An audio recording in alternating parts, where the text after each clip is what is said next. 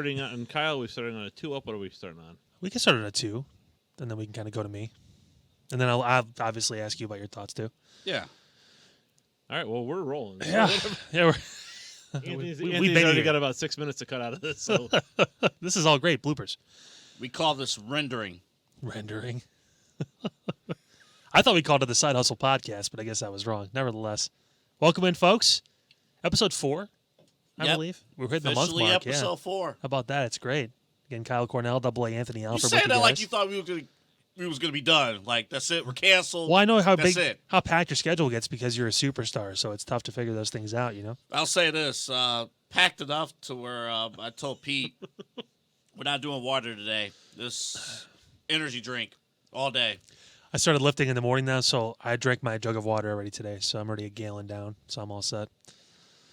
Hey, get back in the weight room. It's, for me, it's more about like just trying to lose weight and cardio first. I'll try and get stronger later. I'm still lifting, but it's not as, intense as it needs to be yet.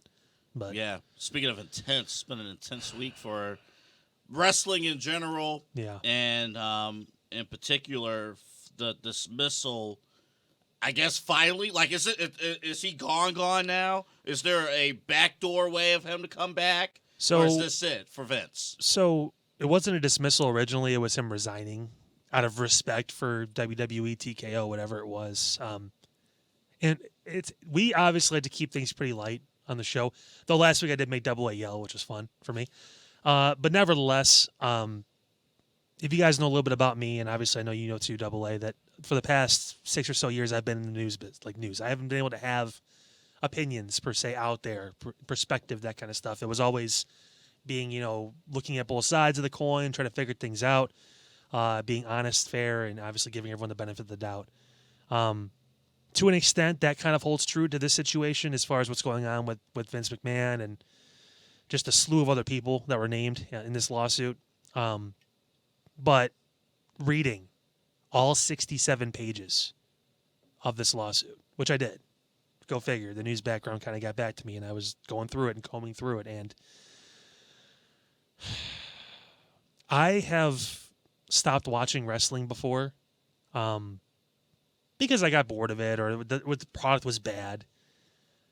To find out the kind of person that was behind something that I've loved for a very long time and what he's capable of and what he's capable of doing and saying to an innocent girl who had just lost her parents. She was taking care of them. She was their caregiver. She was lost to groom and abuse. And I seriously considered stopping everything when it came to WWE, when it came to all of this stuff. Some could call that overdramatic. He's gone. He's got to deal with that in the court of law, whatever it is. Some could call it, trying to, make a scene or whatever it is, or try and make this bigger than it needs to be, but it's not bigger than it needs to be. It needs to be bigger, if that makes sense. To think that this is a isolated incident for someone in that kind of position is not even fathomable. This is not a one-off. This is multiple people. We're only hearing about one because she was brave enough to actually go forward and release her name. I should recount that too. Her name got leaked, so she had no choice. And now this young, poor innocent girl who doesn't need my pity. She doesn't need that. She needs real professional help because of all the bullshit she's had to go through for the past number of years. 2019 was when all this started, and it went on for over 3 years. And it's disheartening to know someone like Brock Lesnar was involved in this. Someone that we both have talked about as being one of the best of all time when it comes to this type of thing. And to read some of the text message exchanges and some of the verbiage and things he was even using. This is a guy who's married with kids. And again, I'm no saint. I've made my fair share of mistakes. I am by far not the perfect husband. But at the same point, this kind of behavior from grown adult men is flat out embarrassing for all of us. For myself, for AA, for Pete, for anyone who has loved ones in our lives that we support and care about. women in our lives that we support and care about, that if this happened to them and we didn't know about it and we found out, we wouldn't be doing a podcast. We'd be in jail. Plain and simple. The fact that because you have 7 zeros next to your name makes you believe that you can do something like this to somebody, anybody, is utter bullshit. Plain and simple. I don't know this girl. I don't know who Janelle Grant is. I don't. It doesn't matter that I don't know her. How many others are waiting in the wings there? How many more payoffs were there that he didn't even pay all the way off? $3 million non-disclosure agreement, and he paid $1 million of it and then just left her hanging. This is the guy that changed the industry of professional wrestling. And we've talked a lot about it and about like guys like Jim Cornette and some of those guys that always threw him under the bus and wanted to go back to the old style territory days. Maybe this guy really did fuck everything up for everybody, huh? Maybe we need to go back to something like that. Because what the fuck is this? And if you think this is, you just did it in 2019 one time, don't be naive. Don't be. This is not a one-off. This guy has a problem. And now this girl has a problem because of this asshole. And the people around him. John Laurinaitis, of all people. And this hurt a little more for me because my wife doesn't like wrestling. She doesn't. What she does like, she likes reality TV. I can't help that. Guess what we bonded over? Watching Total Bellas. Guess who was a star on Total Bellas, marrying the Bella's mom, who went through Bell's palsy, cancer? This asshole, who is hosting rape rooms at the HQ for WWE for this girl and possibly others. You got to be kidding me. The lowest of the low. The lowest of the low. And I hope to God, I'm praying for the Garcia family, obviously, and their situation, and for Nikki and Bree's mom, for what the hell she's had to go through. I'm sure she was kind of in a situation where she just wanted someone to be there for her. She moved from Arizona to Connecticut to be with John Laurinaitis. So he stopped doing stuff at his place and moved it to corporate HQ. There's an obvious line here. There really is. And the fact that this happened to begin with for anybody involved is unbelievable. There isn't anything more you could do. The harshest punishment for someone who made someone suffer for 3 years, pimped her out to multiple people, showing explicit photographs, degrading her. I read that, and the further I got down that lawsuit, the more I just couldn't believe it.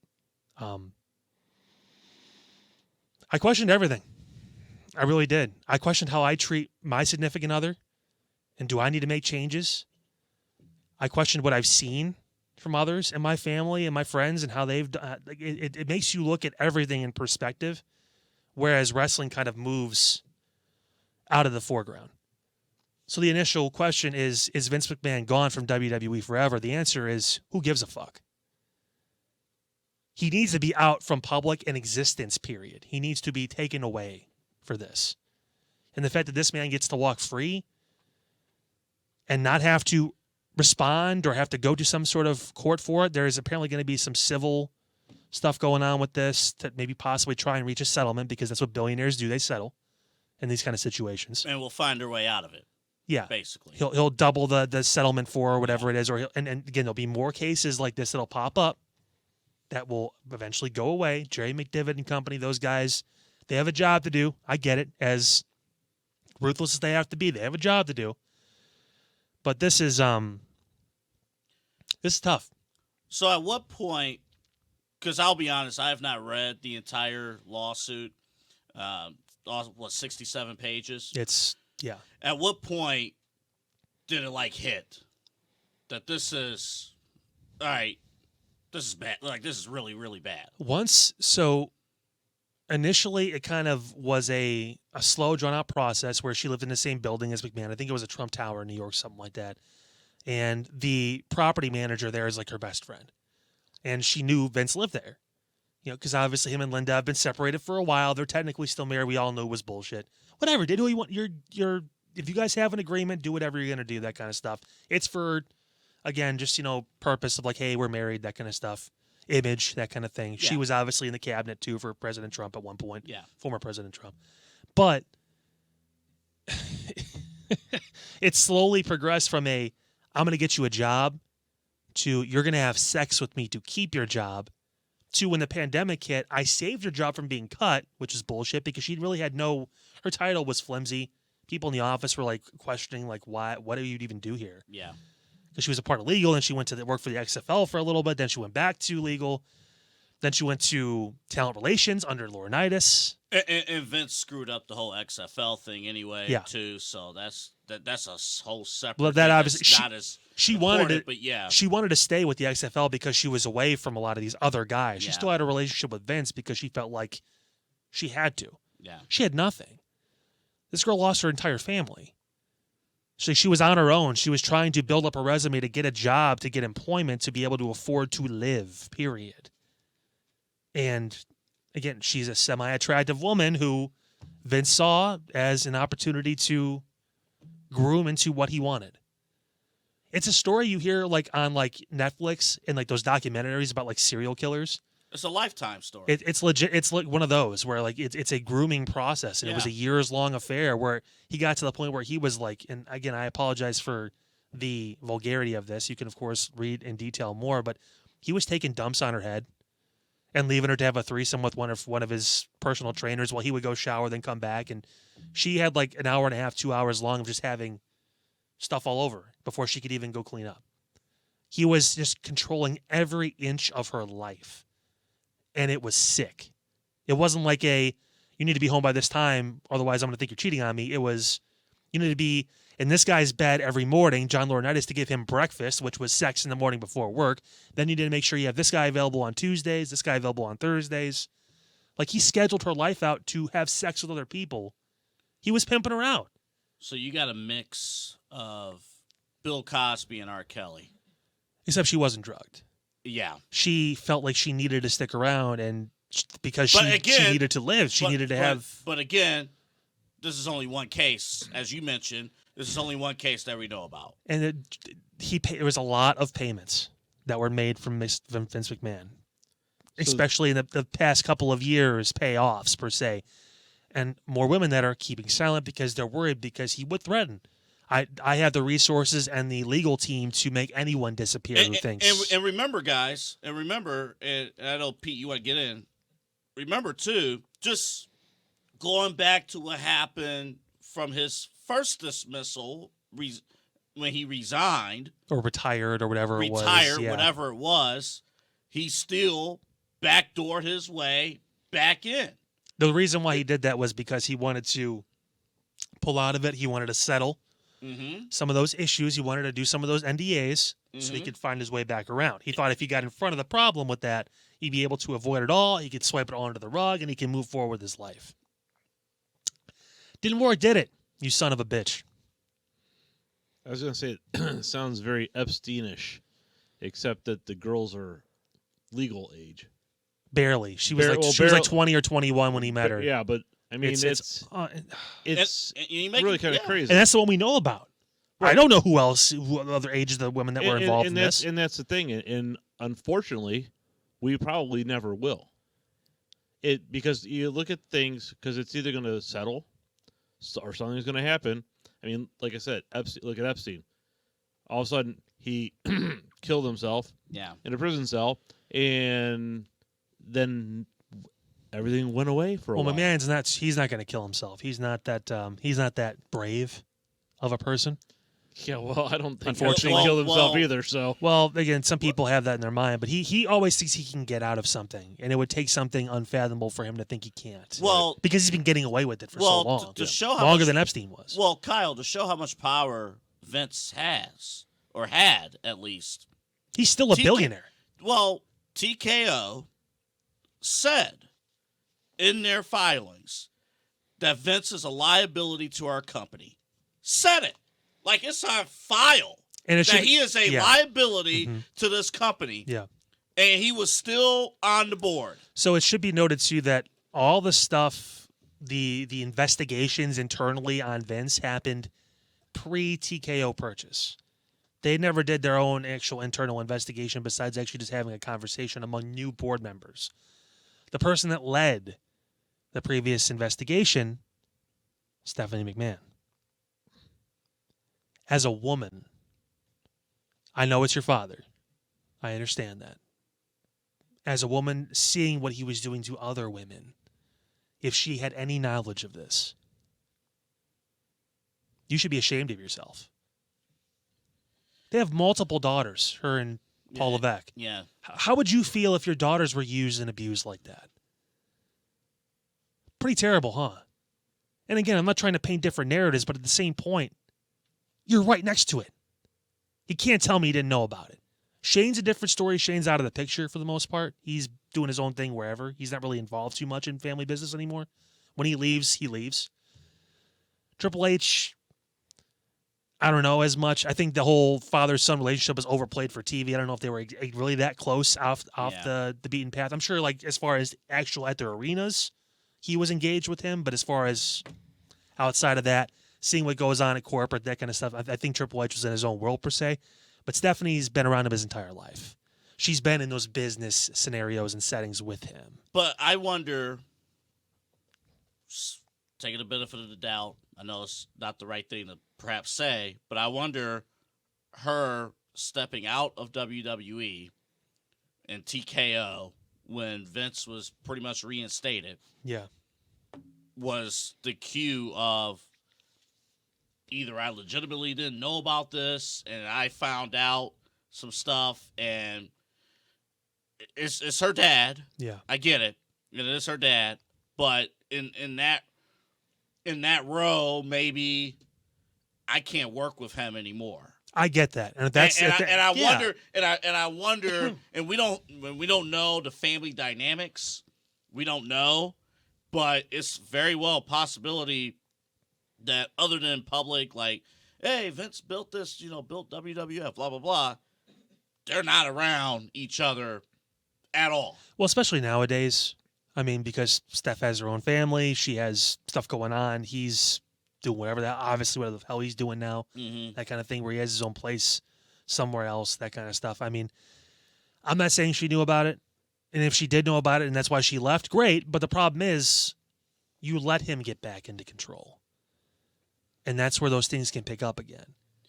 I know it's hard because he's your father, and I get it. I haven't been faced with that situation, so I can't tell you what I do in that moment, but I can say, just as a novel outsider looking in, if I knew the details of what was going on, I'm not letting that go without saying something. I can't. Well, now we don't know. We don't know if she didn't talk to him at some point. Of course, Vince is a manipulator, so he could have manipulated his own daughter. I have no idea. And again, I'm not trying to throw Steph under the bus. This isn't about her. This is about two men for sure, in Vince and John Laurinaitis, and then Brock Lesnar being involved in this too, who, again, for all we knew, was every time he was off, he was in Saskatchewan or South Dakota or wherever the hell he was with his wife and his kids, just on the farm, living the American dream, right? Fucking fooled us, didn't you? I've met Brock when I was in North Dakota. Never would have guessed.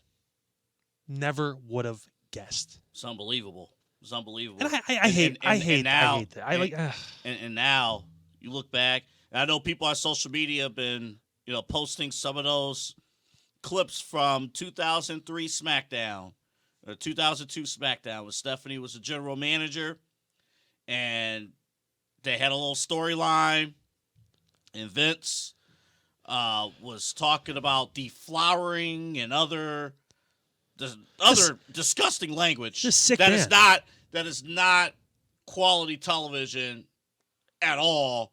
And now the dots are connected. It's even from that standpoint, the dots are connected. And we're not even talking about the New York Post article where allegedly he referred to wrestlers, depending on race, as sex objects. That was in the lawsuit. And in 2019, there was a notable white person versus black person match that happened in 2019. That took place in quick fashion. So, yeah, they gotta. It's one of those things. Oh my God. It's one of those things where, it takes. We can't. I'm not going to sit here and say like, oh well, you need to do the right thing, but some things just make effing sense, and some things don't. It's like Double A too. I can't speak to the racial side of this. Obviously, I'm a white 29-year-old. I mean, I've been gifted a fairly common, normal life for the most part. I've had my instances. We've joked about it before, where things have happened, and I don't necessarily feel comfortable talking about it as far as from that perspective because I don't know. I don't have that. But as a father and as a person that has been taught my entire life to respect women, and this is by my father, who has been married 4 times, mind you, but it was always learning from his mistakes. Mm-hmm. And don't be the person I am. Be better than what I was. And the sad part is Vince never had that person to tell him that. His dad was not really in the picture. His mom was, we know the story about his mom and his upbringing because he would tell anyone that would listen. But at some point you have to actually grow up and realize I need to be a man and not a little punk bitch. And that's what he was. Plain and simple. And maybe still is. Honestly. 75 plus years old. After a while, you're not going to learn. Spell the word you out. After a while, you're not going to learn. Dude, I stopped doing that when I was 13. I started spelling you out. Spell the fucking word you out. You son of a bitch. Like, just unbelievable. Like, he... And unfortunately, he's, again, been able to get back in. And hopefully this time he can't now because this isn't his company anymore. This isn't it's in people's hands that he knows. This is the cutoff now. Yes. And yes. Once you lose, you think Dana White? You think Dana White let him back in there? You think Ari would let him back in there after everything that he's put him through? Now, no, exactly. No. He's done. He's done. And he needs to worry about spending the rest of his life behind bars or somewhere worse before he worries about trying to get back into the wrestling business. Maybe you could go buy TNA. Stupid son of a bitch. TNA's doing well. I don't want him to touch professional He doesn't need to wrestling. touch anything anymore. TNA is in a good spot right now. You need to, He needs to touch a fucking cross. It's at this point. I'm not a super religious guy, but he's made a lot of mistakes, and he's gonna have some shit to respond to when it's all said and done. Yeah. And again, I hate this podcast is not supposed to be super necessarily super serious or political or racial, whatever it is, that kind of stuff. We're supposed to have fun and really enjoy each other's company and talk about something we both have a love for and something we're trying to essentially spread onto others as far as enjoying this kind of thing. And maybe even for the casual people like Pete that doesn't really watch wrestling but is entertained by what we do. That's the reason why we started this. Or at least we hope. Hey, yeah, I mean, I don't know. I'm putting words in his mouth. I have no idea. I don't know Pete's entertained every time. I'm just saying we hope, Actually, I really like listening to it. It's kind of funny though because you guys go into these storylines and it's like I don't watch it. I don't realize how deep these are in it. But it is kind of interesting to watch you guys kind of go through the different scenarios because I really do enjoy that because it's kind of like. Oh, this is more. There's more complexity to it. It's not just a couple guys strapping on tights and fighting each other fakely for 15 minutes. It's actual things. We're gonna, that's the whole thing. We got to talk about the questions later on. That's coming up later. That's coming up. We've got some ways to maybe get some more people involved. Yeah, right. So I'm gonna get off my soapbox now, and we can actually talk Kyle about came to me right before we started. It's like I gotta open up events. Like, you sure? Yeah, I gotta open up events. All right. This is something that again, like I mentioned before, I'm not able to do this. Mm-hmm. I haven't been able to do this for so long, and it's the one time you did. I didn't even do it. I wasn't even trying to do it. I'll share this real quick. There's no natural segue to all the rest of the stuff, so we'll make it unnatural. Is it? So Kevin Stefanski is hired. Browns head coach, he's hired. And I'm Ray Davis, the program director at WTAM in Cleveland at the time. He's like, hey, Double A, are you around? Like, sure, I could be in the studio. It took me like 10 minutes to get to the studio. Sure, I'll come to the studio. You were already there. He didn't know that. Yeah, I know. He didn't know that.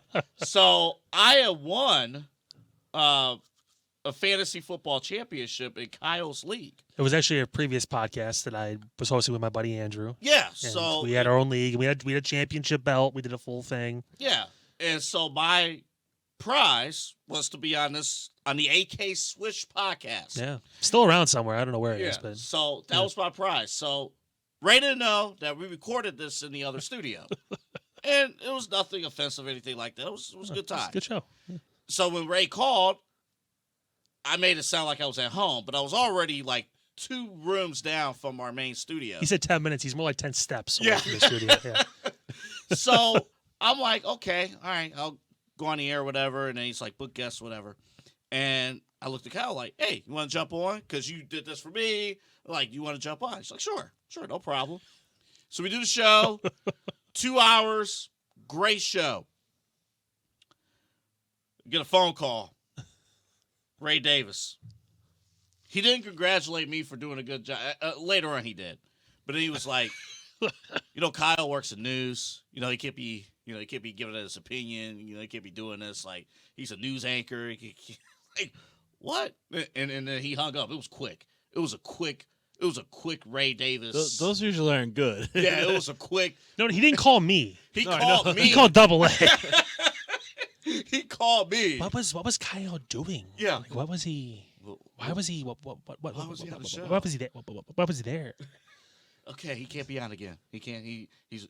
I'm news sorry, anchor. Ray, for doing some good coverage for you, Yeah. and it was technically a breaking news story as well. So He's like, technically, I wasn't right. I do news, or he does news. That's what Ken said. He's like, well, technically, it was news. Then he just went back to being Ken Robinson. Yeah, yeah, the great Ken Robinson. I miss that man every day. He was awesome. So, because of all the important stuff that you mentioned during the first part of the podcast, Yeah. Brock Lesnar he's not going to be at WrestleMania No, at all. ever. He's not going to be there Again, And yeah. later on in the show, because of Brock not being there, and various other guys that will not make WrestleMania. These cards are going to be interesting. Oh, But man. we'll get to them later. Yeah. Later in the show. But the one injury that we have to address is the T-shirt that you're wearing. And I'll say this quite honestly, it sucks. I hate to say this, I wasn't surprised because Unfortunately, we're not. That's the sad part. Like the first thing I thought was, man, he is brittle. Like, this dude just gets hurt every time he gets in the ring. And I thought it was the pedigree spot, but I guess it was the DDT from McIntyre that actually did it. Mm-hmm. But he kept going. Yeah. And he kept working through to the end. So I give him a lot of credit. That's going to obviously open some more people's eyes in the back that maybe were on the fence about him. Like, oh, he actually is serious about this. Well, I believe our buddy Robert Zicki gave a stat. I think this is true. In CM Punk's last 13 matches, televised matches, he's been injured in 4 of the last 13 matches. I wonder whether they were waiting to have him like debut because. And these are not, in most cases, these are not like one-on-one spotlight 30-minute pay-per-view main events. These are like multi-min matches where you're supposed to kind of be not heavily featured. And so, but the problem is too, they basically had a match at the end of the Royal Rumble with him and Cody. Yeah, Which I told you, there's your WrestleMania match at Royal Rumble because they went out for like 20 minutes by themselves. But like the fact that he went through all of that with the torn tricep and everything too is. Well, as they always say, Can't wait for with injuries- SummerSlam when he. Right. Well, they always say this with injuries, right? Things like you could fight through an injury that night, but then you got to wake up the next morning. Well, it's the adrenaline too, and he's in the final 2, and Yeah. he basically made his entire comeback about winning Royal Rumble, going to WrestleMania. Yeah. So he looked at his pecs. It's like on Sunday morning, we're no longer friends. I can't even see the back of my. I shouldn't joke about that. I'm No, not but, joking about injuries, but it's just the whole like how we're gonna feel Sunday morning. Are we still gonna be friends? Look at his arm. I'm not friends with you, you No, son of a... not at all. You mother father. No, like, but it's, yeah, like... So I'm a little disappointed, obviously. His promo but on Monday was fantastic. It was real. It was real. Honestly, it is it actually helped me get through my day. You know, it's like, I don't need to get into it, but it's just basically him saying, look, bump on the road, I'll be back, but you got people dealing with real stuff right now. Mm-hmm. And those are the ones that, like, that was, I don't think, that might have been CM Punk's best baby face promo he has ever cut. And it's one of those things, too, where, yeah, I mean, he's going to have a great program coming back with McIntyre. It's going to be great. This also is assuming now that Drew is going to be staying with WWE. It's great we don't have that Brock Lesnar paycheck anymore. You can afford someone like Drew McIntyre. It's kind of nice. That's the truth. Yeah. How about that? Good. But nevertheless, a guy that actually gives a shit and is not an asshole. Fantastic. But nevertheless, like, yeah, it's... More on Drew McIntyre coming up, by the way. Yeah, unfortunately, we kind of saw a little bit of the cards. More on Drew coming up.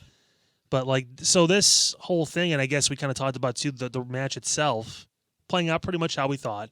Yeah. I think I had 3 of the final 4 right, as far as Gunther, Rhodes, and CM Punk. I forget who the last other person was. I'll go back to last week. I said Damian Priest was going to be in my final 4. He was not. Well, Rock. We both thought Rock was going to be there. Let me get this out the way. Are you disappointed that The Rock was not in the Rumble? No. Because if he shows up, it's predictable. Yeah. Yeah.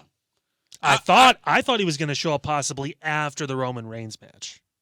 Okay. Because it was middle of the show, too, technically, only 4 matches. Mm-hmm. And they were probably trying to expand. I didn't know it was going to take 4.5 hours for 4 matches. Unbelievable. Holy shit. Unbelievable. I was at our friends, like, the Royal Rumble party, and I looked at the clock, like, at the end of it, it's like, it's almost midnight. It was insane. And then I watched the press conference, too, of course. Yeah, after 4 matches. But, yeah, it was a good Rumble. I like the men's Rumble. I think the women's Rumble is getting a lot more praise.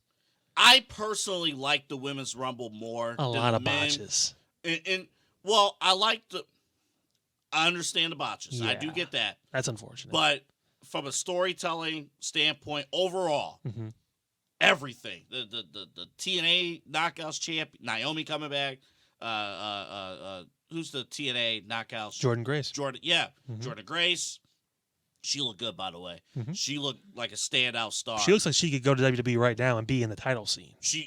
And she probably should be. I mean, if that was the case. But I thought the storytelling throughout the women's Rumble was really good, and there was more action throughout. But in the men's Rumble, when you got down to like the final 4, final 6, the final stretch, it was good. Oh, it was McIntyre was the final 4, by the way, too, I believe. Yeah, McIntyre. Yeah. It was good. I mean, it was really good. We kind of knew once 30 hit, and it wasn't Rock. You were like, okay, so that means that this is going to be CM Punk versus Rhodes at the end, right? Yeah. I mean, because if Rock's not going to be here, and that's fine. The way the final 4 played out, the way the order of eliminations was spectacular. It was the right call, and sometimes going with the predictability works.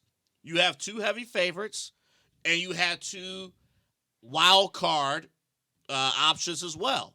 And that was the final 4. I think that was like the top 4 favorites, though, in the entire Rumble. I think because it was Punk, it was Rhodes, it was Gunther, and then it was Drew. Yeah, Drew. Yeah, unless The Rock showed up. Other than Rock, yeah, that was your final. Yeah, as far as the active roster, that was the 4 favorites. Yeah. Like once Sammy came out at 30, I was like, okay. So we know what we're getting here. Yeah. Which is good. And it was so now CM Punk's going to have the Cody Rhodes Edge story of coming back either in WrestleMania or a Rumble and doing very well, getting hurt. How about that? Coming back sometime in the middle of this year, possibly end of this year, around like Survivor Series, SummerSlam, somewhere in that window. Yeah. He's probably going to win next Rumble, I would imagine, because the emotion he drew from that, the program he's going to have with McIntyre is going to be kind of like similar to Cody and Seth as far as like being able to pull all that together. I mean, Drew could be champion possibly at that point too. You never know. Could be. I mean, it's one of those things where it's like, okay. Now, there was word on the street that Punk was supposed to win the Rumble, and then like there might have been an audible called and like switch up. I don't believe that. I don't think so either. I think Cody was always supposed to win. Yeah, it, I think so too. Do you think that was the right call? Yeah. Do you think it was like if it was? And I know now you have the injury, so it's easier to kind of answer this question. Oh yeah, hindsight's 2020, right? Yeah. But if Punk would have won the Rumble, and Cody would have had to go into the Chamber, Would have been a lot tougher. would that have been the more entertaining route to go, or did they pick the correct route? I think the entertaining route was having Punk have to go into the Chamber. I think that was the plan because they were going to build that show around who's going to challenge Seth now because Cody's going after Roman. Yeah. So what's it going to be now? With the injury to Punk, with the Brock situation, with Seth not being 100% and needing to be carried a little more in his match, this opens the door for possibly Cody to swerve a little bit. Seth cut an unbelievable promo. Yeah, on let's Raw talk as well. about that. That was fantastic. Let's talk about that. It was also very, very true, very real. Like he was being honest. He's like, I've been here. Every week, defending this championship around the world, every city, every town. You've been with me. Cody, you've seen me do all this. Where's he been? On his couch for half the year? Because he thinks he's earned the right to do that and not fight for these people? This is the Dusty Rhodes Championship. And I think that's going to be an interesting coil. They're going to try and build this decision as like huge. I still think it's probably possible that Cody picks Roman just because he's going to come back to, at the end of the day, Seth, it's that title. It's not even the man. And this is why I told you, because Cody said this line. He said it could be on trying to milk this it could be on a Raw, it could be on SummerSlam, it could be wherever. I need to finish my story with that championship. I told you that's what it's about. It's not about WrestleMania. With the WWE championship. Yes, whoever's holding it. Now, again, the reason why it's been Roman has been put in the face on this story is because, again, he's been champion the entire time Cody's been there. But nevertheless, like, I think at the end of the day, it's that title that's going to pull Cody away from Seth, and that's where it's going to be kind of like, all right, what are we going to fucking do here with this? I 100% agree with everything you just said. My only complaint, and it's really it's not a back-breaking complaint, it's just, I think because the world title itself, Seth Rollins has done a phenomenal job with the championship. This is not a Seth Rollins problem. No. I think because I didn't like how the championship started, right? Tournament? Yeah, well, the way it was explained essentially consolation prize because Roman's not here. Roman's not here. Nobody can beat him. We're going to have a world title. You could have just said he's on SmackDown. Yeah, that's all. We need to have a champion on Raw. We can't have Roman pull double duty because he barely shows up in the first place. So we are creating a new championship, and the best of the best are going to go after this because they can't all challenge Roman at once. Correct. You're spot on. And if that would have happened, and then Cody or Seth comes out on Monday and said exactly what he said, then it's like, oh, crap. Holy smokes. I will say this, though. I think the problem, real quick, Kyle, I think the problem was, and again, it's nobody's fault, none of the performers' fault. I think the problem was because the foundation of that world title was shaky, it comes off as Seth Rollins essentially, he's the world champion, he's begging Cody to face him. Yeah. It comes off as, I'm here too. What about me? That kind of What thing. about me? Yeah. And I didn't like that vibe. Well, but it wasn't his fault. And it really wasn't the writing's fault from yesterday or from Monday. It was more of the foundation of the world title was shaky and rocky from the start. When you say that, the line I think of in the promo is the, Cody, you think you're the man? Roman thinks he's the man. I'm the man. I'm here every week. Yeah, like that line was like, oh, okay. It felt like begging until that point, and then I was like, maybe he's like trying to like, no, I'm better than you guys. Like, they need to drill in somehow, some way, because I saw people on social media. It's like, oh well, he couldn't beat Roman. If you go back to that match with Rollins and Roman, that wasn't Seth won. He basically won that match. It was a disqualification. Seth actually won the match. It was a disqualification. That's the only loss Roman had as champion in a singles match, and it was a DQ. They need to subtly remind people that Rollins is a equal to Roman. I get it. you're going to have, Roman has a historic reign right now, and it might be a hard case. But somehow, some way, they need to at least address that when they did face off against each other, this was not like one of those other matches that Roman had. Yeah. That Seth actually did win that match. Well, Seth's always had Roman's number, yeah. And when the time comes, Rollins is the kryptonite for Roman. They need to somehow, some way, put that seed in. He's beaten him like a lot. Mm-hmm. Like ever since the Shield split up, it's always been the Seth has my number, that kind of thing, where he's never been able to really get over that Seth Rollins hump. And that's why it made sense to put that title on Seth, because he is the one guy that Roman couldn't just beat. And you could subtly put in, well, Roman's never, because right now, Roman has not addressed Seth Rollins. Oh, he won't. And he won't. But you can use, storyline-wise, you can use it to your advantage if you're Rollins. Because Rollins can go out and say, he won't address me. Anytime my name is brought up, his body language change. They should do it. He's not the head of the table. He's not the tribal chief when he's around me. He's my lackey. He's my enforcer. Yeah. Because I was the architect. Yeah. That kind of thing. He can play that. He can go back to people will pop for the Shield puns, whatever it is. But like they should do that on SmackDown. Yeah. Because I think Roman's probably going to be there, I would imagine. Yeah, I think everyone's going to be there. Yeah, so, yeah, they kind of have to be. Everyone's yeah. hurt now, but nevertheless, you kind of need Whoever's them. left. And by the way, whoever's left will be on our WrestleMania cards coming up here in a little bit. Yeah, it's getting towards bare bones, people. I'm just saying, like, we're losing some names here. But that being said, I still feel like Cody and Seth can make sense. I think they can tell that story if Seth keeps pushing, and eventually maybe they do have all three in the ring at some point. It probably would have to be like on a SmackDown, because I don't know if Roman's going to go to a Raw to do that. Also, I think for Elimination Chamber, Roman might have to make the fucking trip. He might have to do this. I know it's a gimmick pay-per-view, and they can get away with having a couple matches, but they have nobody else. They can't. There's no other singles champion that's going to defend. I think. And there's people who with like travel issues. Gunther can't go. He can't go. I heard. I don't know if this part's true. I heard Seth can't go. Well, Seth also hurt, so he's not going to wrestle. Well, yeah, he can't. He can make an appearance, but what is he going to do? Nothing. Yeah. I mean, what's the point? Just stay home and rehab. Screw it. I will be honest. For a split second, I actually forgot he was hurt. That's why I made Well, he walked out on Monday, and we were kind of like, wait a minute. But you remember, it's like it's a partial tear. It's a grade 2. It's not the worst, and it's okay. So he can walk. You know what my problem was?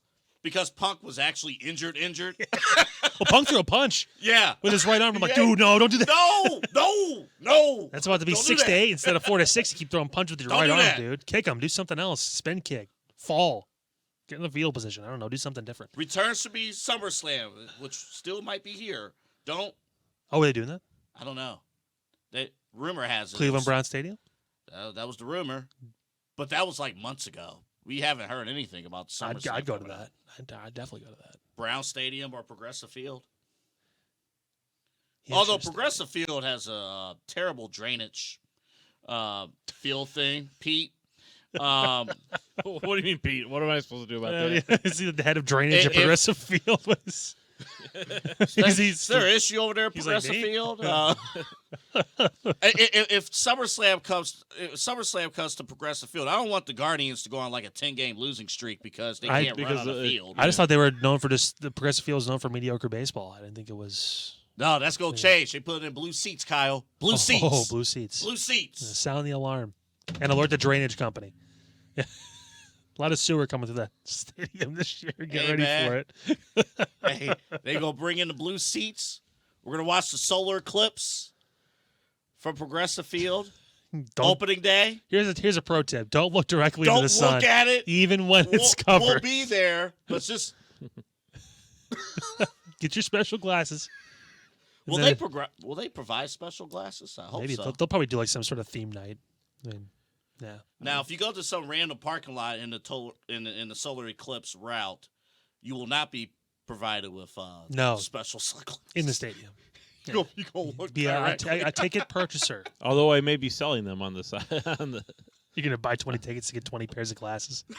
I'm just gonna order a bunch. Scalping I'm just gonna order a bunch of them from hey, from 50 China. bucks. Stare at the sunglasses. Where do you think they're getting them? Hey, that's a good point. Stare at the sunglasses. $50. $50 for the stare at the sunglasses. China, It's only 3 seconds, but it's China's worth it. going to be like, hey, we're going to blind half of the U.S. Just give them crappy, defective glasses. They like about time, them dummies. And that's how they win. We're all blind. Yeah. I'll do like, oh, you dummies. Oh, my goodness. Like Fred Stanford all over again. Like, you big dummy.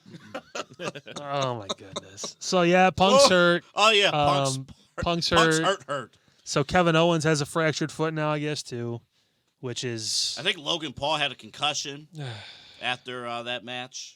Which, luckily, he's kind of like Roman. He only wrestles once every couple months, so Yeah. he'll have time to heal, which is good. He'll be fine. He's still doing his podcast, and he's still doing his You think shows. Jake Paul would ever No. do wrestling? No. I think he's too... I mean, Floyd Mayweather did wrestling. He'd like make an appearance, like to support Logan, but he wouldn't like do a match. I don't think. Did I you think actually have you ever seen that match, Floyd Mayweather and Big Show? Yeah. That was interesting. Big Show's like, hit me for real. He's like, all right. Floyd was like, Knocked his ass out. Okay, Show, you asked for it. He became Paul Wright after that because he couldn't talk because he lost teeth. Back then he was Pretty Boy Floyd, and then Pretty Boy decided to become Money Mayweather, become the greatest defensive boxer of all time. I'm going to do this thing where I don't throw punches, and I'm still going to win. Cool. Thanks, bud. Hey, think about this. Your dream matches, right? Punk Rollins, which you advocated for last week to keep alive. It's still going to happen at some point. And other various matches. They don't happen until the tail end of the career, just like Mayweather and Pacquiao. Man. But Which when they're would have walkers been in the great, ring, I which still would want to have see been it. legendary in 2009, but they said, let's push it to 2015 when Pacquiao's halfway through his political career. The mayor of the Philippines is not doing well right now. Yeah. Oh, he missed a day of training. He's prepping for his fight with Floyd Mayweather in 2015 because they couldn't agree to terms. Because he was worrying about tsunami relief. Like, what the fuck? Priorities, people. Priorities. Like, come on. We're trying to film. We're trying to get into camp. Hey, I can't make it to camp. I got a press conference. Oh, my God. They raised taxes. I'm not for it. I got to talk about it. Sorry. Can we do this tomorrow? Like tomorrow. Hey, I might have to move the fight. It's been scheduled in Vegas for the last year. You mean you have to move the fight? This is like the Vine. Hi, my name is Manny. I have a boxing match tomorrow. I wear boxing shoes and I have boxing gloves. Oh, man. Yeah, you do after that first round. Oh, this is going to be sad. Shit. And then this is a Floyd Mayweather fight, so he's going to milk it. Go 12 rounds. Not like John Cena 12 rounds, but, Or was that Randy Orton? Who was in 12 rounds? Oh, there's multiple 12 rounds, isn't there? I thought so. Yeah. Cena was in one of them, right? I think he was in the first one. Yeah. And then, I think Orton or Miz was in the second one or something like that, or... The only John Cena movie I remember is The Marine. The first one? Yeah. His newer stuff isn't bad, like some of the comedies. I know. John good. Cena's a good actor. Yeah. He is. He's John not Cena's actually a great actor. He's not The Rock, but he's not The Rock. Well, The Rock, different genres. Yeah. If he's making a comedy, it's usually Disney or Jumanji. Well, I'll say this. John Cena and The Rock are even in acting. John Cena and Dwayne that's a different caliber. Oh. Dwayne is Dwayne. Dwayne. I'm here to main event WrestleMania. Well, Dwayne, you're gonna give the WrestleMania main event to Dwayne. Hey, CM Punk. I feel bad, man. When the Rock goes to the bathroom, how does he do it? He Dwayne's his Johnson. Man, I feel bad for CM Punk, man. Yeah. I feel bad. Because he should have been main event at WrestleMania. He should have been. He'll get his chance. I mean, he signed He a may multi-year not. deal. He He did say it's a possibility, but I think that there's the He's redemption been arc. injured 4 of his last 13 matches. I think the key is trying to keep Punk out of the multi-man matches and keep him in one-on-one scenarios. I would imagine. So you get hurt in one-on-one situations. Well, also matches against guys like Samoa Joe, he didn't get hurt. He actually had a good match, but he had a guy that he could work with that knows what he's doing, that kind of stuff. When you're in a Rumble, it's kind of like chaos. Even though they have scripts, it's still kind of just things happen all over the place. Stuff is crazy. I think when you only have to worry about one other person, it simplifies it a little bit, especially if they're good workers. Like he's Yeah. going to come back and work with the McIntyres, the Rollins, the Zanes, those kind of guys. He's going to be in good hands. Yeah.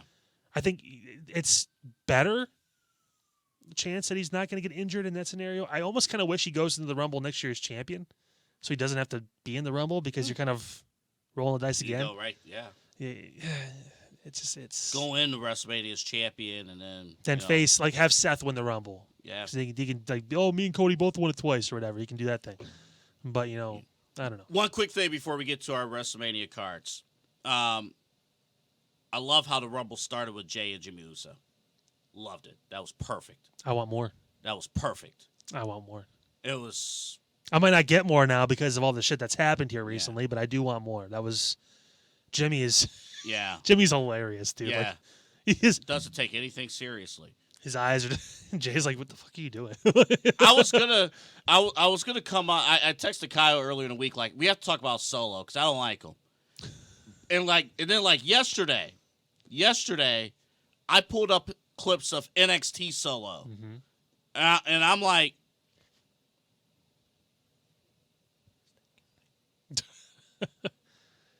that guy is money. That guy's being saved as a SummerSlam opponent for Roman Reigns. That's a street champion. NXT Solo has charisma. I was gonna come out here and say this dude has no charisma, no nothing. Main roster Solo has no charisma, no nothing. Offers nothing. That's my one fear of the Cody Roman rematch. Is Solo. Is Solo. That is my one fear. So the option in that scenario is that Rock does interfere and helps Cody win by not letting Solo attack, and that's how you build to 41 Rock and Roman. Because Dwayne has said he wants to have a long build to the match. He doesn't want it to be a couple months. Gotcha. And I actually saw something interesting from someone that actually went back and looked at The Rock's previous matches, and they were all 6-month, 9-month, year builds. He is into the long game. Yeah. That's how you could start it. Yeah. And that could be now the next year is like the crumbling of the bloodline because Roman doesn't have the title anymore. Yeah. He can't afford to miss shows. Now he has to be there. He has to be there because he's not champ. Yeah, he has to be there. I'm still the head of all this is like get in fucking line, dude. Yeah, sure. Hey, you and can't. Aldis doesn't care. No, I mean, it's like- he doesn't. So there's ways around that. Unfortunately, Sidebar: I want to see Roman and Aldis. at some point. Well, Nick's Some gonna wrestle point. at some point. That's part of that was part of the Yeah. deal. I'm sure it was. Yeah. Hey, he's probably like either training on the side or has been. He was the producer role, obviously, so he knows how the matches are booked, that kind of stuff. He's gonna get geared up. He's still, what is he, like 37, 38? Oh yeah, he's Cody's age. What has to happen going into WrestleMania? Cody has to be in he has to be in a mini feud with Solo. They need to address the one thing they never did from the match last year was address Solo was kicked out of ringside, and he came back and hit the spike. Cody lost the match, lost the championship. From a storyline standpoint, they might need to face off at a SmackDown or Elimination Chamber. Kind of built that story. Hey, if I need to get Solo out of the picture, at least short term.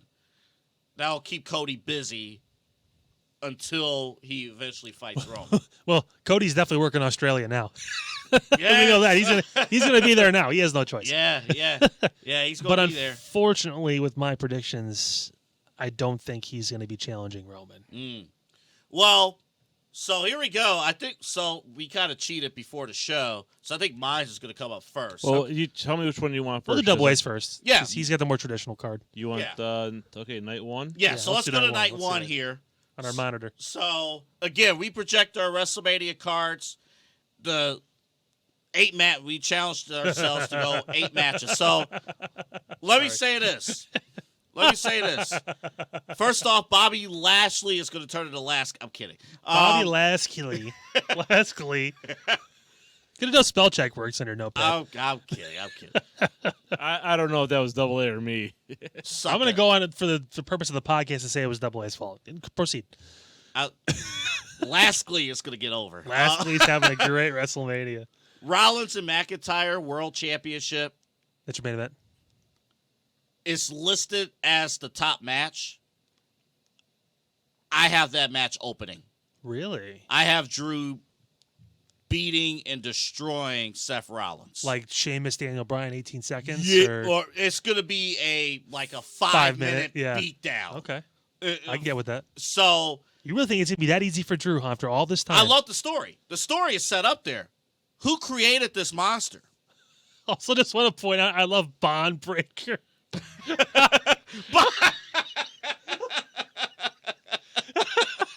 This is all you. This is not Pete's fault. This is all on you. No, that one is him because I looked at that. I'm like, I love me some Bond Breaker. Like, He breaks through the studio and spears your ass right now for that shit. Y'all lucky we put the second K in there. 2 Ks. Y'all lucky. Y'all. There's an R in there somewhere. Who created the McIntyre monster that we are seeing today?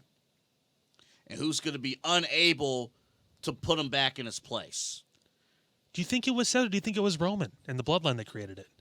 Well, the genesis of it was Roman, but it was Seth Rollins who was saying, hey, you had championship opportunities. You know, you're an honorable man, but you're not taking that next step. Mm-hmm. And this is the reason why you're failing is because of you. Okay. Like, you're the reason. You're responsible for failing. And slowly but surely, the edge has been put on McIntyre, layer by layer by layer. On this day, I see clearly. The Edge. And he's going to see clearly when he walks away. Sorry, the Adam Copeland. Right. With the world title. And think about this. Drew McIntyre, he's a heel, but in theory, he'll get his main event, in quotes, because I have it in the open in night one. His main event moment. And he has built it. There's a lot of quality baby faces on Raw that he could feud with for the next 6 months. They can run it back too with Seth. Or they could let him heal. Or they can let him heal. Write him off idea. television. Yeah. Write him off, let him heal. There's a possible pay-per-view match down the road. Maybe France, maybe Germany, one of those shows. Yep. Bash of Berlin. Yeah. Jey Uso's in there, guys like that. And then when CM Punk comes back at SummerSlam, that's your championship rematch.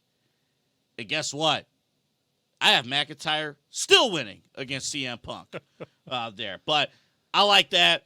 All right, so the rest of night one. Yeah. Because you didn't go in exact order. You kind of just threw these all around. Well, technically you did. If Seth is first, does that mean that Bobby Lashley and Solo is the main event? I would have Io and Bayley main. Really? Well, they had the best story. They would have the best story by that point. They really It would do. be built up. It was supposed to be Seth and Punk, but I think that's now the best story. And that would be that would send the crowd home happy when Bayley wins the championship. I think she'll be face Bayley at that point too. She'll fully, she may come out with the hugger music again, possibly the wacky waving inflatable arm flailing tube men. Something will happen, but she will be a baby face. Lashley and Solo. Interesting match. Yeah, the Does Solo go over in that? Or are you trying to build Bobby for a challenge? Bobby. As a challenger? Bobby would go over. And there's a bloodline, Street Profits thing in there somewhere. Okay. But I have Cena coming back against AJ Styles. I heard some rumors about a different match, possibly. AJ Styles is still grumpy. He still is not getting what he deserves. And Grumpy black trench coat AJ Styles is not happy, is what you're saying? Fox News AJ Styles. Probably hates that Taylor Swift is at never mind. She's in Japan. She can't make it. I'm kidding. But John Cena he'll call out John Cena, and I think it'll be a great match. They have great history. Dirty Dom and McAfee. I didn't even think about that. You'll love it. I don't even need to explain it. I would like that. Yeah, that'd be great. Tag team championships. Interesting. Yeah. Trick Williams. What? Trick Williams. Yeah. I like it. I like it. Uh-huh. They'll do some kind of like tag team tournament or something, but those guys are going to get their crowning moment on night one. You think there's still going to be a thing? Oh, yeah. Interesting. Oh, yeah. I do. Well, I mean, like together as a thing. I know there's at the moment, yes. Interesting. At the moment, yes. Interesting. I do. Braun Breaker versus Omos is going to be a shit show. I'm sorry. Now, I'm sorry. Got to get him on the card. Omos twice a year. Special attraction, folks. He's our generation's Andre. There we go. Kyle, that match has one purpose and one purpose only. Get Braun over. Get him over. Get that spear. I think like his Rumble appearance was like he's about to sign with SmackDown probably too. Like it's going to be. I can almost see. I have Bond breaker. You have Logan versus LA for the U.S. title. I have that as well. I could almost see Braun sliding into that or possibly the IC championship scenario. Oh yeah, Bond's going to be built. We're gonna be talking about Bond. My goal is to get him on this podcast. I know. And have him tell you, or have you tell him what you called him on the fucking card for WrestleMania. Io Sky and Bayley, that's self-explanatory. Yeah. That will play out hopefully on Friday. We'll start there at least. It'll start there. And then Logan Paul, LA Knight, Mm-hmm. U.S. Championship. They'll cut the best promos heading into Mania. So can we show my night one now to compare and contrast? Is that possible, Pete? Okay. So I went the opposite direction. So the first match, I have Bayley and Io for the WWE Women's Championship. I'm not laughing at that. I'm laughing at the other. There's some crazy shit in here. So Never mind. yeah, I forgot to cut that in there. That's great. So I have Randy Orton and AJ. I think that's a match we need to see. I don't know if Okay. they've actually ever had that before. Now there is some rumblings that Orton wants Cena at Mania. He's never had a match with John at WrestleMania, believe it or not. What? Yeah, that's what I thought. They've matched like 10,000 They've times. had matches everywhere else. I think they had a match in the studio. I mean, But not at WrestleMania. Randy said originally he wanted to be for the title, but at this point what you could do is career versus career. okay. This is John's send-off. So I put AJ Styles in there loosely because I think that's going to be a better match, Okay. but the story would be great with Orton and Cena. People actually want to see that nowadays. True. I have Lashley and the Street Profits versus the Final Testament. There was no space in between there for some reason. I apologize. There's supposed to be a space in between Lashley and the Women's Tag Team Showcase. Lashley and the Street Profits. Maybe that is for the women's tag team showcase. See, See a lot of chess potential. See, I messed up too. This is all good. But in that situation, I think the Final Testament goes over. I think Triple H is adamant this year on trying to get, Killer Cross, Karrion Kross, whatever you want to call him, over to the people. This is the best chance you have against Lashley in that group. He did, and I think honestly, it should be him pinning Lashley if you really want it to make it huge. Because Bobby is a main I'm event with you guy. on that. I'm with you on that. The Yeah. Women's Tag Team Showcase is kind of like the after effect of that, like the shocking moment of Karrion Kross pinning Bobby is now the kind of the comeback down to earth moment. Kabuki Warriors, Ken Zaro and Caden Carter and Katana Chance, whatever she's called now. You can throw in a couple other tag teams. Those showcase matches last year were fantastic. Yeah. So I don't see why they were. wouldn't want to throw this back. It gives more people a chance to get on the card and that kind of stuff too. Hit the nail on the head with Logan Paul versus LA Knight for the U.S. title. I think that LA will win that. Most likely, I think he needs to get that singles title. The Andre Battle Royal has been moved to Friday nights now. Yeah. I'm kind of hoping they move it. I did not include the Andre Battle Royal for that reason. I expected to stay on. I ran out of matches, so I had to kind of throw something in there to make it 16. It was tough. So pick your winner of that. It could be an NXT guy. It could be someone they're trying to push. I mean, honestly, I think the person that'd be perfect for that because it could build him up to be presentable and as an opponent for Gunther is Ilya Dragunov. Okay. That is a possibility for even if it's on SmackDown, whatever. When that Battle Royal happens, get him up to the main roster and in that card for that situation. Sammy and Kevin versus Drew and Sheamus. Angry Ginger Edition is what I put inside. That means Sheamus is heel, obviously, coming back to support Drew and all of his nefarious deeds. I think Drew is going to be in and around Seth here. But I think he's going to be kind of pushed out of it a little bit by Cody, which is going to just... And right now, Drew and Sammy are feuding. Yes. So I think Kevin is going to be able to kind of... And I think there's going to be some talks. To Pierce, all this thing is happening constantly now. There'll be a trade. Well, It's wrestling. There'll be a trade. It'll be a thing where I'm going to let you borrow Kevin for one night Yeah. because Sammy wants to take care of this. Yeah. Drew, you got to find a partner. Yeah. Oh, I've got someone in mind, fella. That kind of thing. He'll say some bullshit. That'll be Sheamus' comeback. And then the main event... Before you get to the main event, Yeah. can you explain what led to you naming that match, the Angry Ginger? That was supposed to be just Sheamus' tag. Because we have good guy Sheamus, we have Brawling Brute Sheamus. I want 2008 Angry Ginger Sheamus. Oh. The guy who beat Cena and won the WWE Championship in the first 6 months of his career. Cena, Triple H. Yes, thriller. I want the featured in a WWE video game Sheamus. Playable character Sheamus. Kyle is going to force Sheamus to earn his way to a 2K cover. You're damn right. So there you go. And it's going to be his big return match, too. They'll like type it up as like the Monday night before. Who's Drew's partner going to be? Bingo, bango, bungo. It's Sheamus. And then the main event. Seth Rollins versus Cody Rhodes for the WWE World Heavyweight Championship. I get why people would be like, they So my question, what would lead to those two facing off? I think at some point the three of them are going to be in the ring together. Seth, Cody, and Roman. Mm-hmm. Whether it's soon or after Elimination Chamber, whatever it is, because they're going to try and make this Cody decision huge. Yeah. To the point where they're going to book Roman for the same show. And it's going to be like a thing where he kind of just looks at them both and goes, I don't even know who you are anymore, to Roman. And he looks at Seth and he shakes his hand. He says, I'll see you at Mania. And I think Roman's going to be butthurt about it. You're going to choose him? Really? This guy? This guy. And then at the end of that segment, there's going to be a song that plays that is a little electrifying. Cody's. We shall overcome. Oh, not that song? No. But I want to save that. Interesting enough. We I want to see. are the world. No. Yeah. Please stay LeBron. Terrible parody. Let's see Double A's Night 2. Can we see that music video? No, first? we can't. We can't do Can that. we see the late, great Dick Goddard and Leon Bibb and other talents? Please stay LeBron. All right, Night 2. All right. Sorry.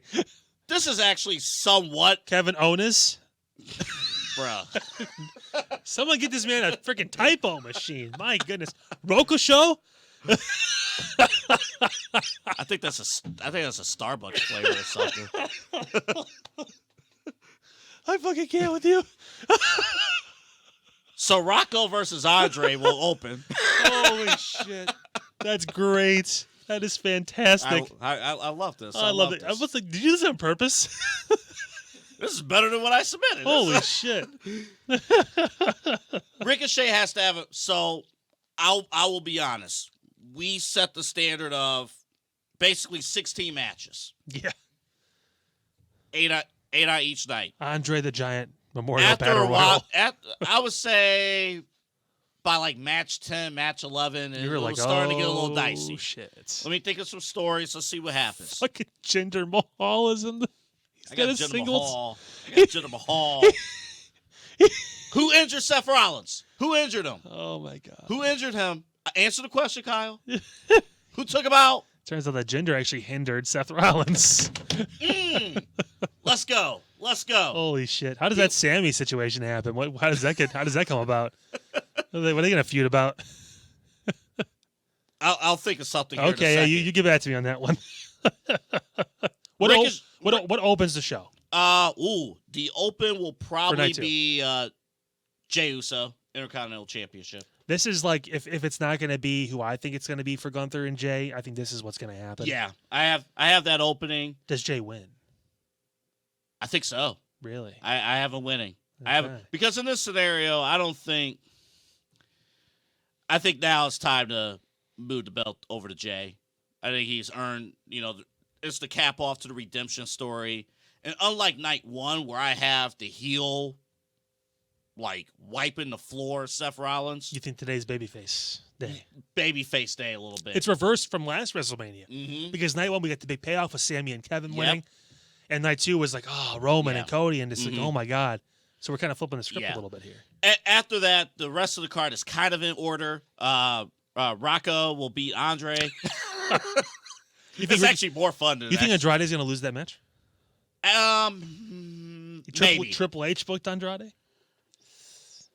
He might be in the world title match. I know. I know. Shit. That's tough. But Ricochet, you can have Ricochet win at WrestleMania, and then they can run the match back on Raw, and he could lose it. Because Raw is 3 hours. So Yeah, you can. they're gonna run it back. I want to know how Kevin Owens and Santos Escobar came about too. Well, Onus went through a personality change after losing to Logan Paul, and I don't know if he's gonna. He thinks he's part of the LWO now. Yeah.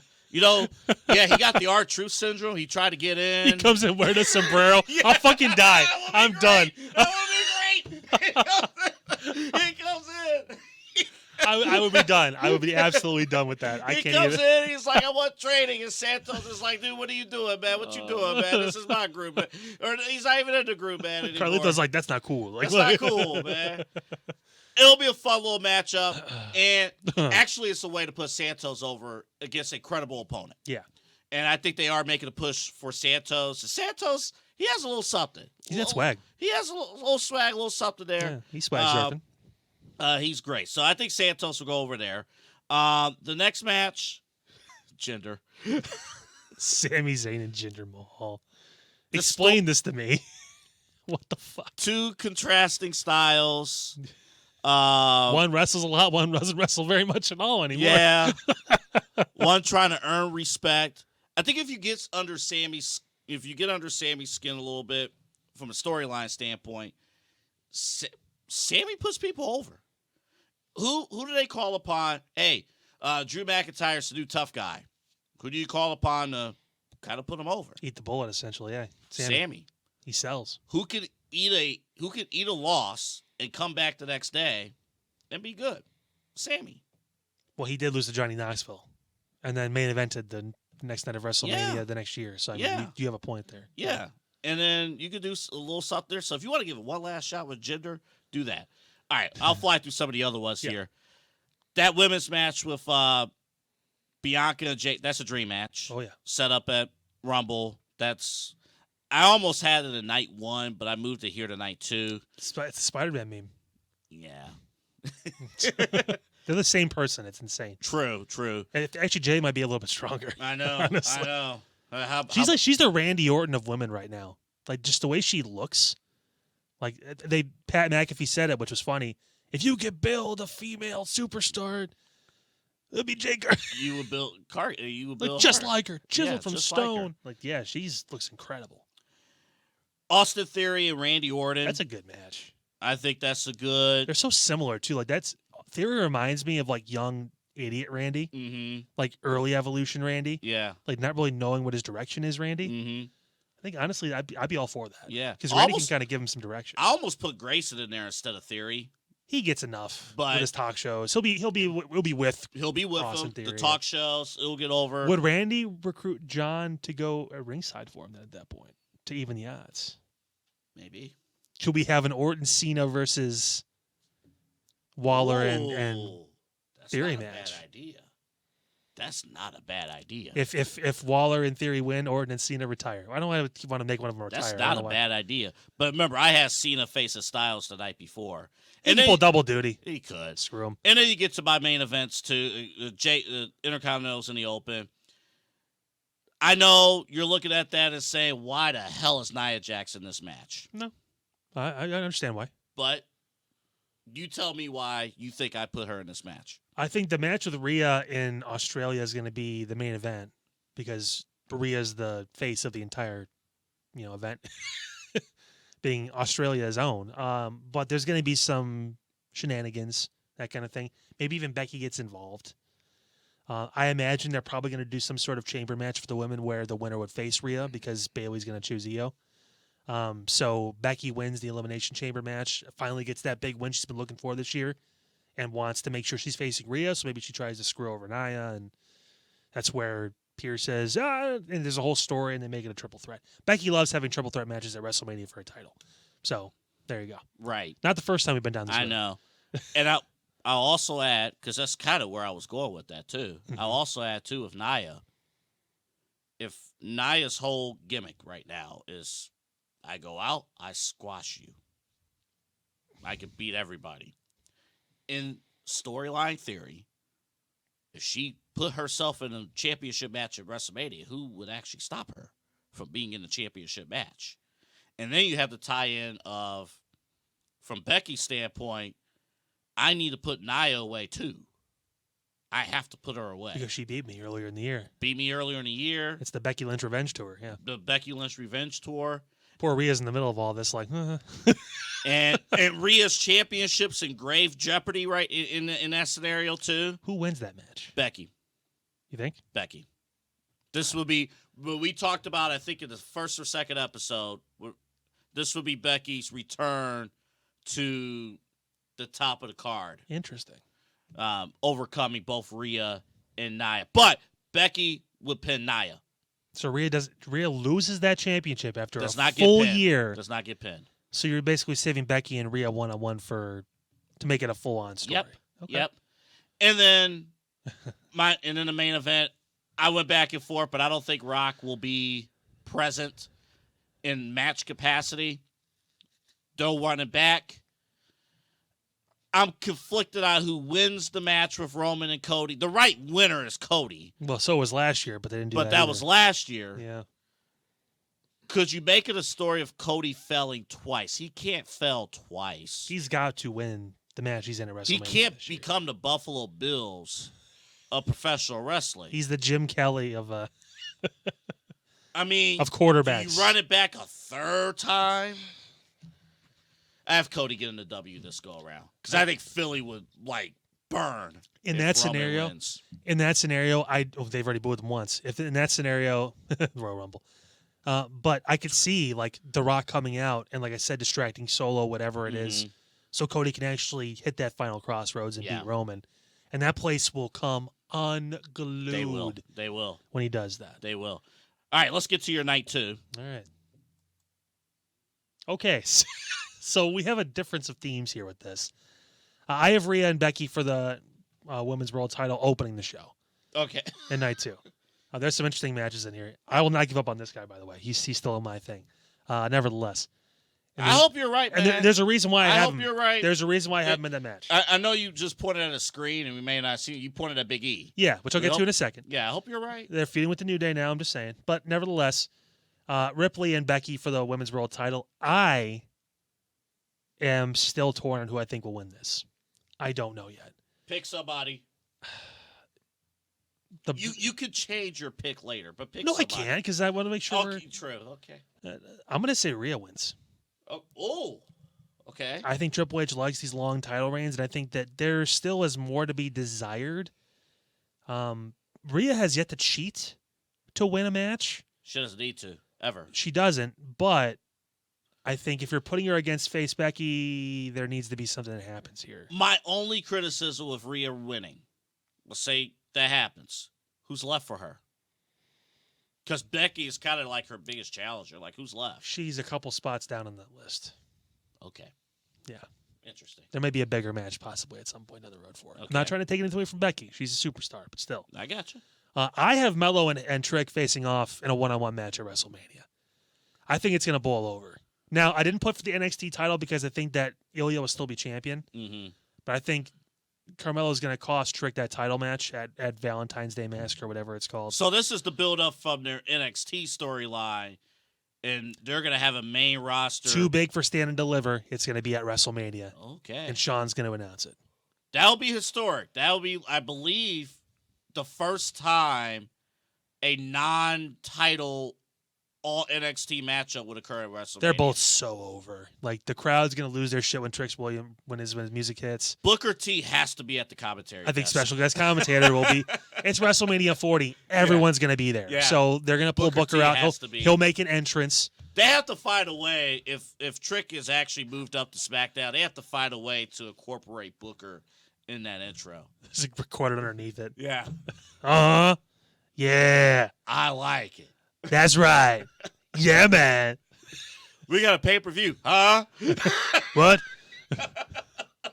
USA Network. Back to the card. Jesus. All right. So after that men's tag team showcase, after that crazy blood feud, we're going to kind of get back to that's where you see the Priest and the Balor and that kind of stuff. And you throw in some different tag teams, Alpha Academy, maybe a little bit of New Day in there, that kind of stuff. It was some Chad Gable. Yes. Chad Gable. That's the real deal. Which leads to the IC title match. Now, if it's not going to be this person, I think it could be Jay. Okay. I can totally see that happening. Makes a lot of sense. But I have a feeling because of this feud with the New Day, with Imperium, they're still going at each other's throats. And this is different. Yes. This is like New Day being serious. New too. Day's been around forever. And they're taking this with way more edge than ever. Way more Adam Copeland than we've ever seen before. But nevertheless. Adam! I seriously think that Big E has been just like waiting, and they've been waiting for the right moment, and it's kind of a blessing in disguise that those injuries have happened and these situations have happened because it gives him a direction. And it gives him someone where he's not taking over a main event spot, but he's able to still take on a champion in Gunther that is super important. Do I think Big E is going to win? No. I think he's going to lose the match. A little controversial. I think that's his ultimate give back. Like, I'm here. The reaction of me being back and the love of what he's going to get when that music hits will be enough in that moment. I would hate that. As a fan, it might be the right call booking-wise, but I would want Big E to win that match. Because that's just me speaking as a fan. Yeah. That's not speaking as, is this the right call? As a fan, I want him to win it, but I'm also being realistic. I think they have to build a Gunther and Ilya at Bash at Berlin. Gotcha. And for the IC title, that match makes a lot of sense. Not for the World Heavyweight title, for the IC title, it makes a lot of sense. So Gunther has to keep it there. I have the LWO, Andrade, Carlito, and Rey Mysterio, returning Rey Mysterio, taking on Legado de Fantasma. It should be Del. Nevertheless, I missed a letter there, too. See, I miss consonants, too. How great is that? That way you can get all three of those guys in the card. Andrade becomes I like the shorter name. Well, Andrade becomes a honorary member of LWO for the night. Again, we talked about, obviously, Kevin Owens going to Raw. That means Andrade can go to SmackDown and do that kind of match. And then you get, obviously, not Cruz del Toro, but the other guys from Legado. Angel and Garza, whatever it is. And I like how we both forced Nia Jax onto a match. So, I didn't really force her. I was trying to find a spot, and I didn't want to put her in a title match because I knew she was going to get Rhea for the title at Elimination Chamber. And personally, I think that Rhea is going to win clean. So trying to find a spot for Nia to go where it still makes sense. Yeah. She has the issue with Jade, right? This could be just straight up Jade and Nia, but the problem is, where does Bianca fit in? Yeah. Bianca needs to have a match at WrestleMania. It was supposed to be Charlotte. We know that. Now it's like, where do we fit in with that? Boom. It makes a lot of sense. Yeah. That match will be fantastic, and I have Jade winning that match. Okay, yeah. I think she's proven to that point. She's got to get a little better She needs these W's. Well, she also needs to get the mental down. And I think being able to work with two people like Bianca and even Nia, who has had issues in the past but is getting better, I think that would be something she could Real really quick, I from. find it funny that we're saying that Jade Cargill needs to get wins. She was in AEW. She never lost. The problem is people forgot. People forgot. And she did so well in the Rumble that it's like, okay, now where does she go from here? And I don't know if she's going to be on Raw or SmackDown, but this is one of those things where it's like, hey. Did anybody think back and say, when she came out at the Rumble, that's the TBS champion? That's TBS. I was like, oh, it's 28. There's still a chance that maybe AJ Lee comes out in the next two spots. That's Cargill and Family Guy. In that order. And Friends. Does TBS have any other shows? Modern Family. Yeah, possibly sprinkled in. USA does a lot of Modern Family, too. Well, I did. I don't know if they still do it. Al Bundy. Al Bundy. Married with children now? He was also on he was Modern Family. Yeah. The older version. Yeah. The much more suitable for TV version. Oh, my God. Nevertheless. I loved Jay and Jimmy at the beginning of the Rumble. I think they always said their goal was to face each other at WrestleMania. I can't think of a better time to do it. If he's not going to be in the IC title match, Jay has nothing to do. So putting him with Jimmy, that also gives Nia the excuse possibly to wrestle in that match because you can do another trade where SmackDown and Raw coexist. And Jay Uso is legitimately a merchandise seller. Yeah. He's a mover. Yeah. And now Jimmy is too, no eat. Yeah. So he's starting to move some shirts too. And then the main events, I have Roman versus The Rock. I think that in this scenario, I could see obviously Cody still picking Roman. I would not be surprised one bit. If he doesn't, nobody else makes sense. There's only one other person that makes sense, and his name is Randy Orton, but I don't think they're going to do that. No. I think it would be kind of nice. And in that scenario, that wouldn't be the main event of WrestleMania. Can you remember the last time Randy Orton main evented WrestleMania? I think against Was it Batista and Bryan back in 2014? Mania 30. Yeah. Yeah, And he was the champion going in and he lost. yeah. He didn't even get Batista submitted. Randy never lost. See? Okay. So that's a possibility too. I think that if they decide if it's not going to be Cody and Rock can't do it and he wants to build, Mm-hmm. your safeguard is because they protected Randy at the Rumble, didn't have him lose technically. LA took the pin, or no, AJ took the pin. Yeah. But you can have Randy be that guy, and people are still going to be thrilled. They'll still make it a story. Roman fears Randy, that kind of stuff, whatever. But there's only 2 guys that need to be in that match. Yeah. If it's not going to be Cody, it needs to It's be just Rock. that guy. Yeah. All right, real quick, because we're running short on time here. We got some fan questions that we want to get in. There's one question in particular Pete's looking forward to, which we'll get into in just a second. But the first one... Keep on the toes. But the first one, our buddy Rico... Rico. Yeah, he asked, talk about the impact of backyard wrestling back in the day. Did you participate at all in family? Fuck yeah. Come on. Who's the world champion in your family? And Well, that's a problem. I used to, me and my friends would do some stuff. Like, I was petrified of jumping off ladders for some reason because I hated heights, but nevertheless. We also had, like, these 5-foot big, like, panda bears. Like, big stuffed animals. Yeah. And we tag teamed up. Like, we were just beating their asses. And we always got our lick back. And I'll tell you what. Like, we whooped some ass. You know, I had a dream as a kid to try and get, like, a ring bed. Where, like, I'd have, like, the ropes around it with the turnbuckles. That's nice. And I'd be able to jump off it, like, and lay down and go to sleep. That's and all that stuff. That's nice. I told my mom, someone's got to have that somewhere. She's like, dude, that doesn't exist. I'm like, someone's got to have it. But, like, yeah, we did, like, the trampolines and all that stuff, too. And, yeah, it was... See, we did not have backyard. Ours was basement. Yeah. Basement, couch. Yeah. First time I got put in a sharpshooter was in a basement. Yeah. Whatever it may be. But, like, my brother, my older cousins. And I was kind of like the kind of gap year. And then, you know, my younger cousin, we was in there, too. But we kind of... We ran a few storylines, kind of passed it down and whatnot. So we didn't do backyard wrestling. But we did basement wrestling, and we were in good shape. Now, when I got to college, we didn't really do wrestling at all, but we just cut promos out of the you-know-what. We just ripped promos. So roast people when we played 2K. Yeah, that was kind of... We just did that. And there's pros and cons to that, too, Rico, obviously. For one, we saw, like, guys like Punk and Rollins kind of start in that arena, like, as teenagers and then work their way up to the independents. And then we saw some... not so great things, maybe like the Bucks and some of those guys that took that and never actually trained or learned anything, and now they're running a second-rate organization. So, yeah, I agree with that. Yeah, fun stuff. All right, here we go. From Michael Kelly. Oh, God, Mike. I want to know why local mud wrestling has faded from the bar landscape. Midget tossing, I understand, is not socially acceptable, but these athletes need a form. See, well, here's one thing. Before we get into the mud wrestling, I think the midget tossing, I mean, you're just talking. You're taking jobs away from people. Little people. From little people. That is true. And they've got it rough enough. Yeah, they do. Now, I did watch, so Rebecca and I, and our buddy Jake, I believe Mac went with us too. We saw Hi, Mac. in Medina midget wrestling. In Medina, there's an actual promotion, and they were... MMW. Yeah. Medina Midget Wrestling. It was something. No, well, it was a national promotion because when they came to... It has to be, yeah. When they came to town, it was like, hey, welcome to Medina, Ohio. Oh, boy. Here we go.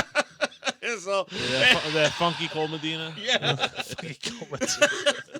But I'll tell you what, the wrestling was on point. Yeah. The wrestling was on point. Oh, yeah. Oh, yeah. They were getting after it. And they were... The heels... I like it. Yeah, man. The heels. Let's go. The heels were healing that night. They were, but I think wrestling in a bar, like having a ring set up, and I think that's pretty cool. I've never seen it before until I went to that show. Well, he's talking about mud wrestling. I think like people actually wrestling in mud. Yeah. So he sent the photo along with. Can I see it? Here's. Matter of fact, hold on. Let me see if I can pull this off here. We're gonna one shot that. That's the photo. Right there. That's mud wrestling. Right there. Oh my God, that's great. That is I'm fantastic. glad we was able to get that. I mean, so Pete's obviously he's very passionate about an idea. He jumped up for joy when we brought When up. Mike sent that through, yeah. I'm always looking for interesting things to live stream. I mean, that's, we'll have an audience for that one. That's it's kind of what I do. So, Can I? You broadcast mud wrestling? That's what you do? no, I broadcast sports, which because because we have a game on Friday. I hope you both remember. Wait, we have a game? I remember. I studied. We already called one of their games before us, so we were pretty. Yeah, I watched the last broadcast. Yeah, actually, Kyle should remember because he was the one that suggested, "Hey, why don't we do this one?" Instead? Oh, it's kind of like, hey, if 2 + 2 = 4, maybe we should do the right equation. No. But nevertheless, that I'm like, was... whatever. Look, there's an audience for mud wrestling. There's an audience. Just like there's an audience for the lingerie football league. There's an audience for everything. That is true. Now, how big the audience is, well, that depends. That is true. I would live stream the lingerie football league if I could. Well, I'll call it. I'll do the play-by-play. I'm sure you would. I have no problem doing the play-by-play for that. I'd be easy to get cameramen for that one, I think. yeah, I think you're going to get a bunch of volunteers. Yeah. They might pay me. It could be very lucrative. Kevin Arnold, Voice of the Land podcast. Tune in, listen. Yeah. It's a great podcast. Mhm. Live from the studio. Yeah, man. I like it. Thoughts on what they'll do with the title fights at Mania? We kind of talked about that a little bit. Mhm. And touch on the forbidden door being cracked open. So what is that, the TNA thing with Jordan Grace? Mhm. After Triple H explicitly said that door stuff, that's kind of lame. What that other company's talking about. Yeah. So the ultimate kind of get would be Okada, obviously from New Japan. And Triple H wants to have that working relationship with New Japan. Mhm. So it's a way where they can try and get Okada into WWE and keep him kind of in the good graces of Japan, so we can go back and wrestle there when he would be needed to, whatever it was. Kind of like what they were trying to do with Bryan Yeah. before he left. Mhm. Yeah, this is going to be a regular thing. TNA and WWE have a working relationship. Yeah. In this asset or this facet of like the Royal Rumble, letting their women's champion come over, whether it's Mickie James or now Jordan Grace. Trinity, of course, already re-signed with WWE. That's why she was there. But it's probably the extent of what you'll see. I don't think you're ever going to see a day where AEW and WWE work together. I don't think that's going to be a thing. I wish it was, because I'd love to have MJF and WWE, like desperately want MJF and WWE, but it's... Unfortunately, in order for that to happen, it'll kind of have to be the same thing that happened to TNA. TNA fell on hard times at one point, and TNA has kind of leveled out as the number 3 promotion in the United States. Kind of the same thing would have to happen with AEW. AEW would have to... Kind of just like have the bottom fall out a little bit, yeah. Yeah, kind of basically lose a major TV deal or end up on a TV Guide channel, and then... Which, who knows? I mean, we still don't know what's going on with Warner Brothers Discovery. If they're going to re-up with them, they're still kind of in talks with that, and I mean, it's... So what we're saying is... The ratings are dropping big time. In attendance. Yes. So what we're saying is, give it 2 years. Listen, I told you guys this before, too. I don't hope AEW fails. I really don't. I want there to be some place where people can go and work and make good money. But at the same point, I want it to be run properly. And when it's not run properly, I'm not going to put on a fake face and tell you guys, oh, it's great, it's wonderful, and I love everything about it. I don't. I don't love everything about WWE, but it's run properly as far as the wrestling side of things. Right. So, all right, and then our final question before we get out of here from James Cardarelli, my buddy. James Cardarelli. Jimmy James. Can you guys touch on the social and political environment surrounding the upcoming 2024 election? Are you fucking kidding me? Did he really ask that? Hold on, I gotta. It's in there. So, James, man, what? One of wrong podcast, No, bro. no. one of the candidates does have ties to. This is the right podcast because Pete is 100% right. Enlighten Trump, me. when he was in WWE, He's a WWE Hall of Famer. it was actually pretty entertaining. He was entertaining. In that Jinder Mahal Sami Zayn match that I proposed. Oh no. Would you put Trump on Jinder Mahal's side? Put Biden on the other. Biden on Sami Zayn's side. And with that, we gotta go. before our side hustle becomes the May hustle. It's best you don't let me respond to that. Yeah. Bye-bye. See you guys. Oh, my God.